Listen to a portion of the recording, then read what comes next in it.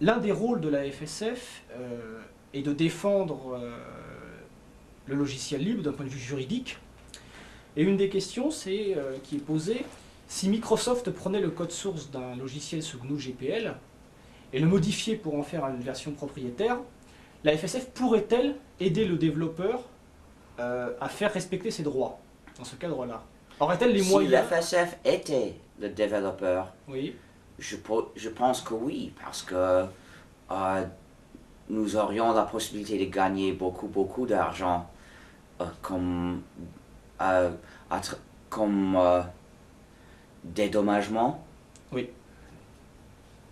Et nous possédons de l'argent pour payer des avocats, oui. Donc tu penses que la FSF pourrait défendre ses droits face à quelqu'un comme Si la Microsoft? FSF est le détenteur du droit d'auteur, parce que c'est le détenteur qui doit le faire, les autres ne peuvent pas le faire. Et si un auteur de logiciel libre vient voir la FSF pour lui demander de l'aide dans une démarche similaire? Dans un tel cas, nous essayons d'aider, mais pas avec grande quantité d'argent. Nous pouvons défendre le droit d'auteur et donc les conditions, les obligations de la GPL pour un programme si quelqu'un nous l'a donné d'avance.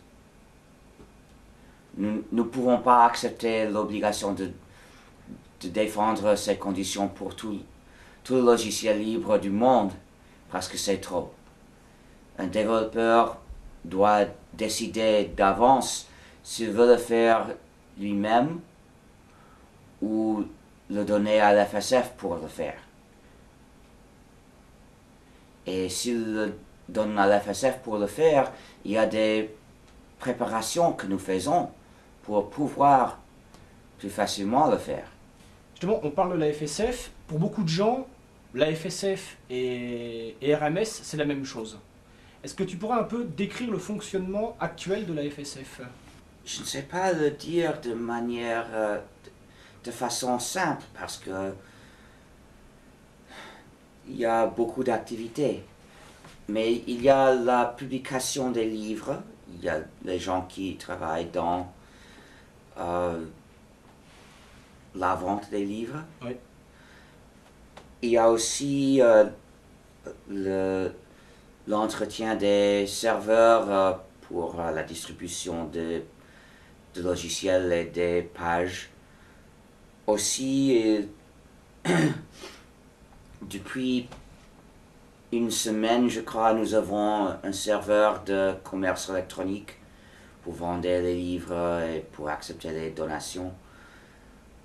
Aussi, une activité d'écrire des manuels où il y a des manques dans la documentation libre du système.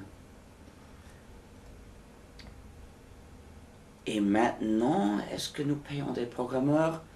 Je ne sais pas si nous payons des programmeurs maintenant. Il y avait quelqu'un qui travaillait sur Emacs, mais il est parti depuis quelques mois. Il n'aimait pas travailler chez lui comme il devait faire pour Emacs. C'est très triste